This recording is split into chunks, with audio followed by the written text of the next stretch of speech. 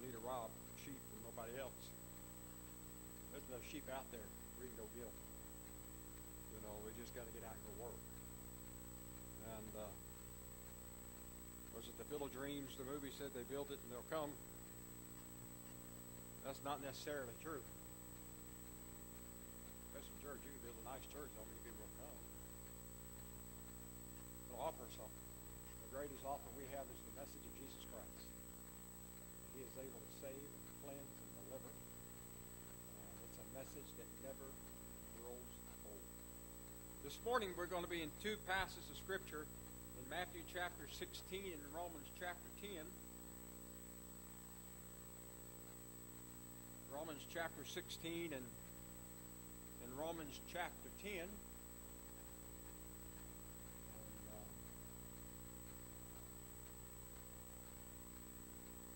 Good to hear you flipping through the pages of the Bible. If you didn't bring one, there's probably one right there in front of you. Rack, use it. May be different than what I'm reading from.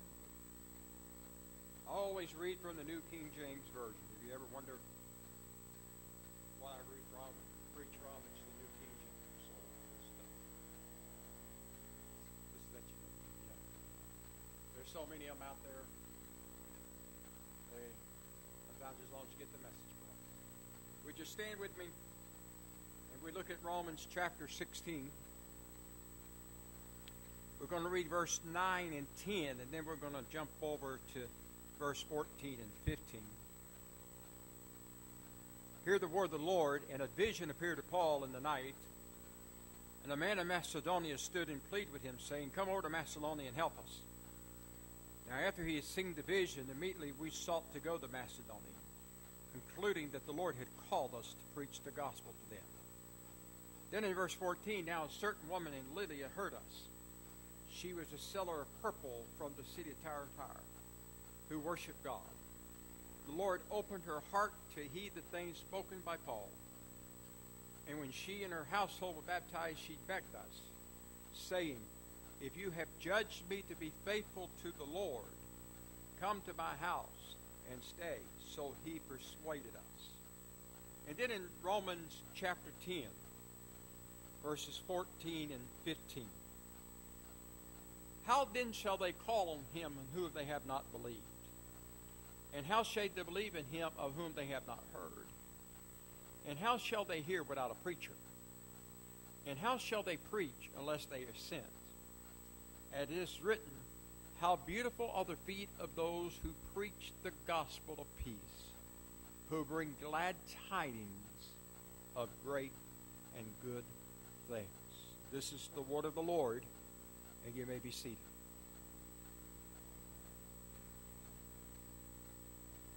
In Romans 16, we even sing a song about the Macedonian cry.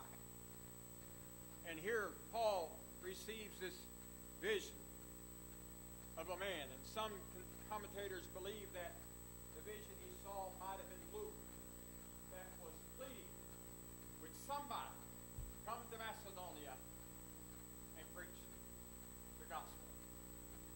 And you know, Macedonia could also be Savannah, Georgia. It can be any place where you're at. Daniel read the scripture this morning, Go ye therefore to all the world. The world includes us. The world includes Savannah. It includes Georgia. And did you know this day that we as Nazarenes were reaching? I mentioned this the other night, I think in prayer meeting, that we have ourselves become a mission field. There are missionaries that even come from other countries that come to the United States to be missionaries to tell people about Jesus. That's good in a way, but in a way, that's bad. For we who are Christians, especially in the Bible Belt, we call ourselves. And somehow we've got the concept of believing that everybody knows Jesus or knows about Jesus. You would be surprised this morning of how many people in Chatham County, Bryan County, and the counties that surround us, of some people who have never heard of Jesus. maybe the only way they've heard his name has been in a swear word or something of that nature. But they've never heard the true story that Jesus is able to come and save and to cleanse and to change their lives. So Paul, being faithful to the call, they go to Macedonia. And what happens, they find this lady by the name of Lydia. She was a seller of purple. And it said that when she was there, she opened her heart to heed the things spoken by Paul. And I thought when I read this again this week, that if Paul didn't go there for any other reason, he went there for Lydia. And that tells us that one soul is worth it. What we do. One soul is worth it. You cannot put a price on a soul when someone comes to know Jesus. And it said not only her, but it said that she came and her whole household. It don't tell us how many was in her household, but they all believed and were baptized. And she begged us to say, if you judge me to be faithful to the Lord, come to the house and stay. So she persuaded us to stay. What would happen if we could win converts to Jesus at Harvest? Win whole households to people and have an opportunity to baptize them. And then in Romans chapter 10, they talking basically about their call to preach. And how did they hear unless they know the message, unless somebody preaches the gospel? But I want to tell you this morning that you may not all be preachers per se, but you are all ministers. You go out and spread the gospel, you're a minister. You know, you may not be fortunate to be able to even take a Jesus field trip like George did. You may not be fortunate to go like Gary and Ed, myself and Mary Ann. We've been over to other countries, so working with this church. You may not be fortunate to go there, but you're able to take part in the whole mission program here at Given Moment. You know, one thing I found out. I remember when I went to Puerto Rico. Of course, they're kind of like the United States. You know, they just happen to come to state yet. But, you know, they're kind of our friends. They use our money and everything like that. And I guess I'm proud. But I remember going the first time I went to Puerto Rico. And service was supposed to start at 7. Well, it starts 7-ish. And they looked at us and said, you Americans?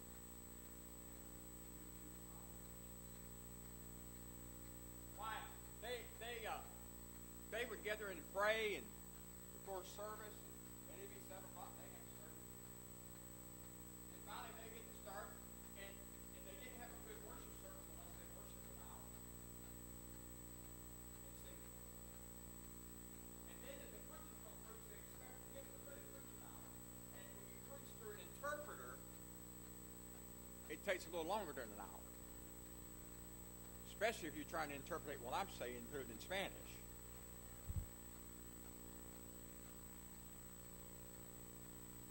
But it would do us all good if we could go to another country.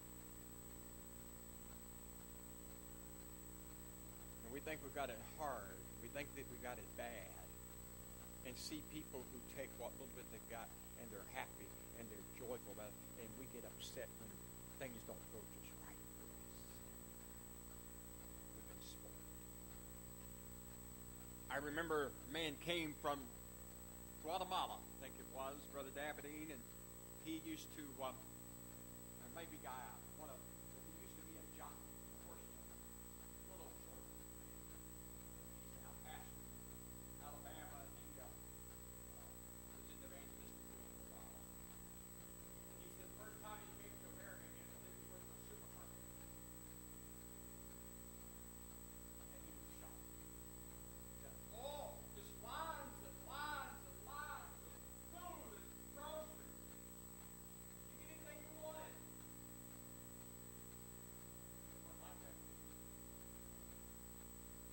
now you can go to the grocery store, you can pick out any brand you want.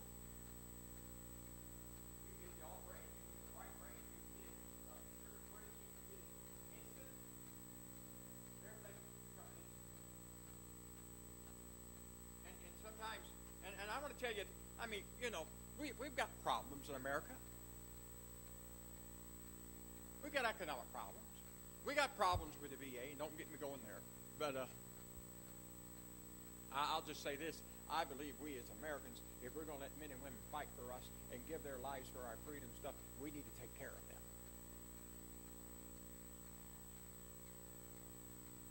And just don't pass the buck. Blame it on everybody else. You just need a clean house. I mean, I wouldn't just ask for one resignation. I'd clean house. Well, that's all much.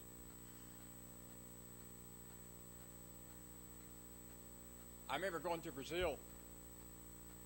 Now, some people wouldn't make it well in Brazil. Even Puerto Rico, they. Some people wouldn't. Don't tell them that.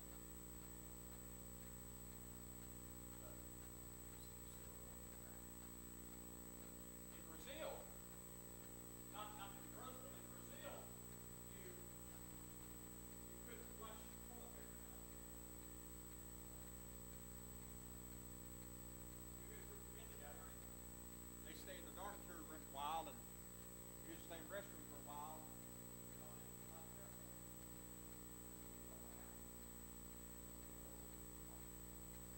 They would come in about every day and clean up stuff.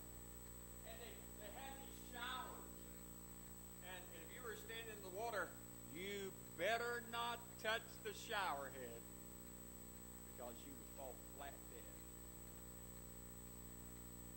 Because they had electricity running through it. That's how they got the hot water. And they told us things. But I tell you, they'll change your life. And probably a lot of us, the majority, it's probably 2/3 of us, will never be able to go to a foreign country. We'll never be able. But even at home, we are called to be ministers of the gospel of Jesus Christ, to spread the message that Jesus saves, to be missionaries where we're at. In your neighborhood, the apartment complex, the workplace. I know people don't want us talking about Jesus. I want to tell you something. Sometimes you just don't have to talk about Jesus. Just live the life. And if people see something different in you, then they're going to start talking to you. And this morning our emphasis on world missions and you know, we got money, yeah. We could pay all our mission budgets and all those other things, but it never gives us an opportunity to give to missions. And we need opportunities as individuals above our tithes and our offerings to give to missions, to be part of a big thing. And we say, well, what does my dollar do? What do we do in the Church of the Nazarene? Let me share with you some facts. The Church of the Nazarene today ministers in 159 world areas. We're in some countries that we can't even talk about.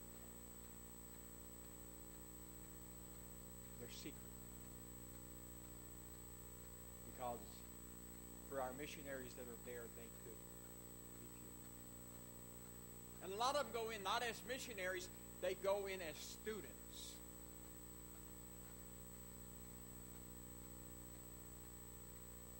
We have 687 missionaries and 231 missionary kids who are deployed in 27 world areas in 2013. Including, we have 313 Mission Corps volunteers. We have 10,824 volunteers participating in missions in 2013. In addition to Mission Corps, there are 292 individual volunteers, and there are 10,219 working witness team trips and members. Churches in the global mission area number 29,007 churches, an increase of 3% with 2.26 million members and increase in those areas. There are 461 districts that have been established around the world, and there are 27,147 clergy. We have 5 graduate seminaries, 31 undergraduate Bible theological colleges, 14 liberal arts institutions, 2 nursing training colleges, 1 teacher training college, and a 2013 combined enrollment of 50,390 students globally.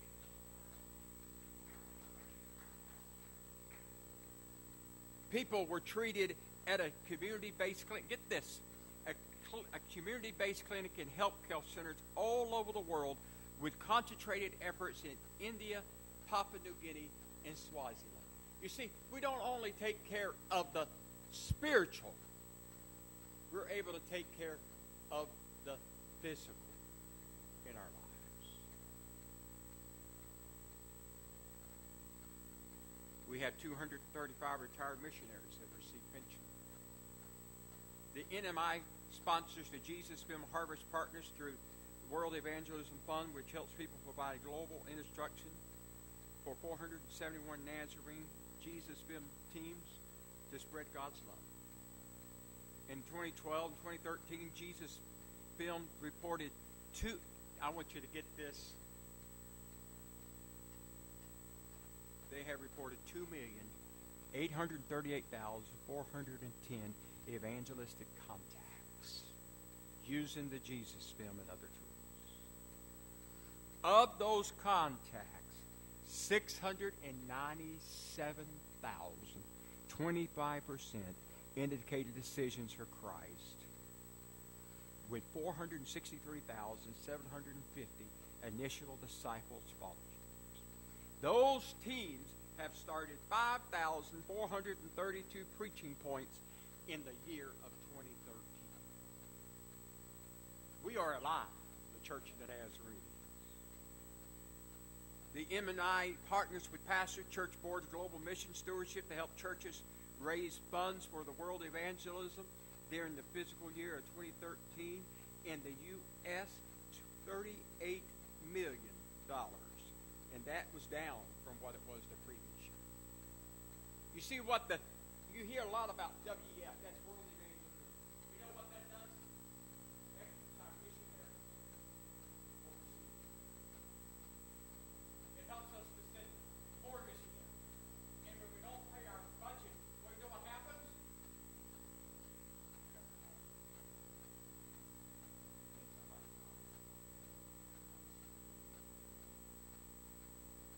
And there have been times in the church where we've hit hard times and we've had to call some missionaries home.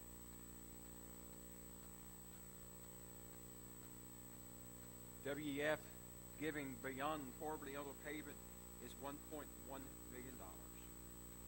During the 20 years of NMI emphasis, the Church of the Nazarene has entered 64 areas. Missionary health care provides approximately $423,217 in medical assistance for Nazarene missionaries. We partner with the World Mission Broadcast, giving approximately $419,616 to reach the unreached in 72 countries, 34 languages, and 140 countries. What does that mean, preacher? We may not be able to get a missionary to a country, but a lot of them got radios. And they can pick up the World Mission Broadcast from the Church of the Nazarene in their own language. And they can hear about Jesus.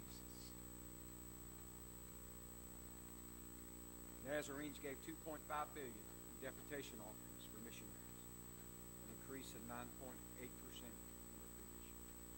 What is that? That's when missionaries come home. They come home on furlough. Then they go to churches to raise their deputation offerings so they can go back. You see, when a missionary goes,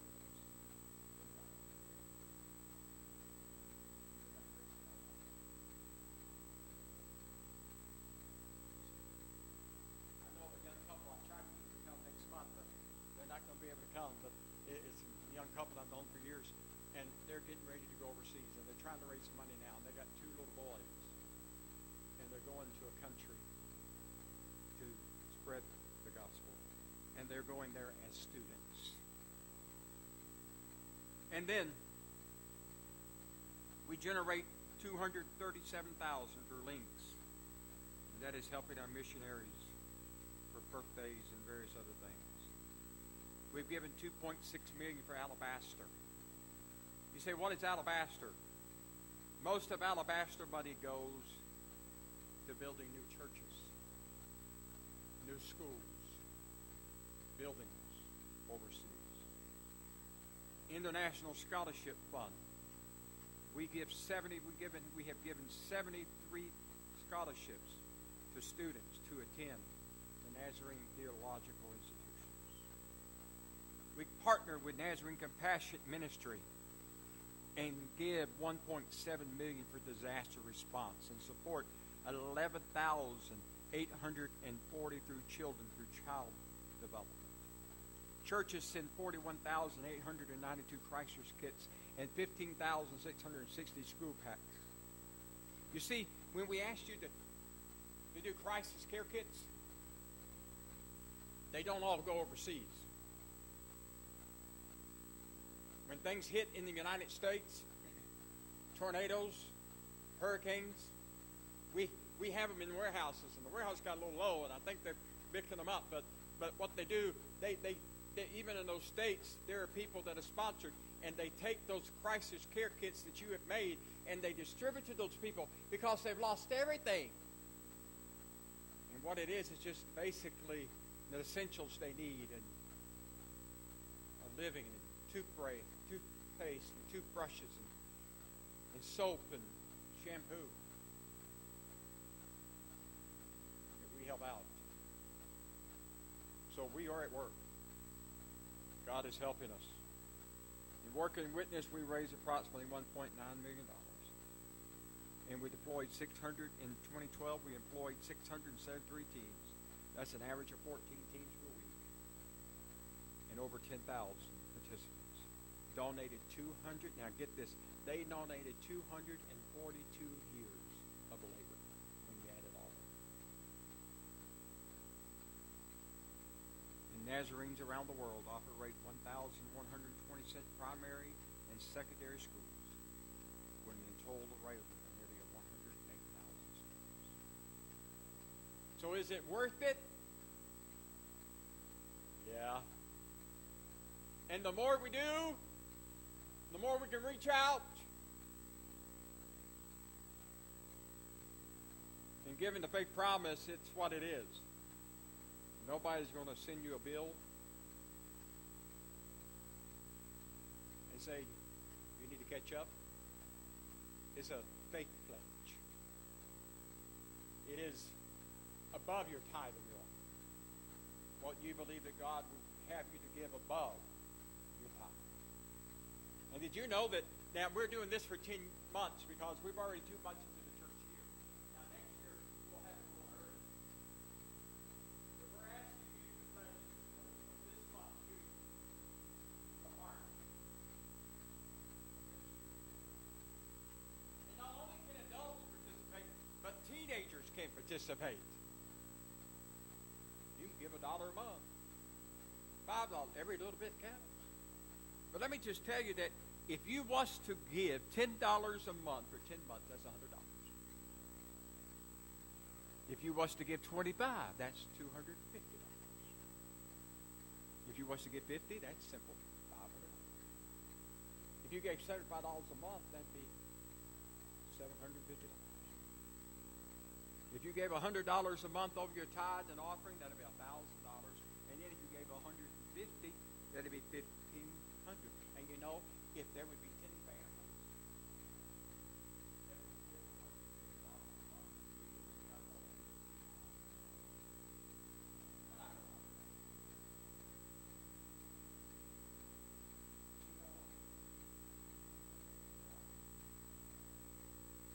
then you say, preacher, I don't have the money.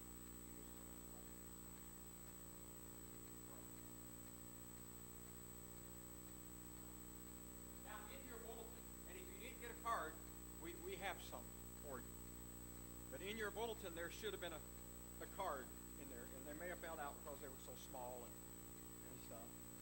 I know some of you have already put it in the offering plate, and that's fine. We'll take those out in just a minute. But it just simply says, Harvest Church of Nazareth, Technology, 24 feet, Harvest Church of Nazareth, Respect, Promise, Mother, Halloween, pray, give, you know what I'm saying. Now, you don't have to put your name. You just really, you want to be an option. Okay? Nobody will come to you. All right. But then it does happen. We put whatever you would like to get. Maybe you want to get one hot meal. Maybe you just got $1,000. Like, preacher, I've been waiting somewhere for $1,000. Maybe one of those. Or maybe say I can give so much to you. Maybe I can give so much. But I want to see today, that I want to see the work of the church go on. And by this way, we listen and we hear the Macedonian cry that Paul heard. Even though we may not be able to go to Macedonia, we're right here in Savannah, and we can do our part. Never let it be said that the Harvest Church of the Nazarene never helped in world missions. And then we are ministers of the gospel. What I want you to do is fill your card out. If you need a pen, we'll find it.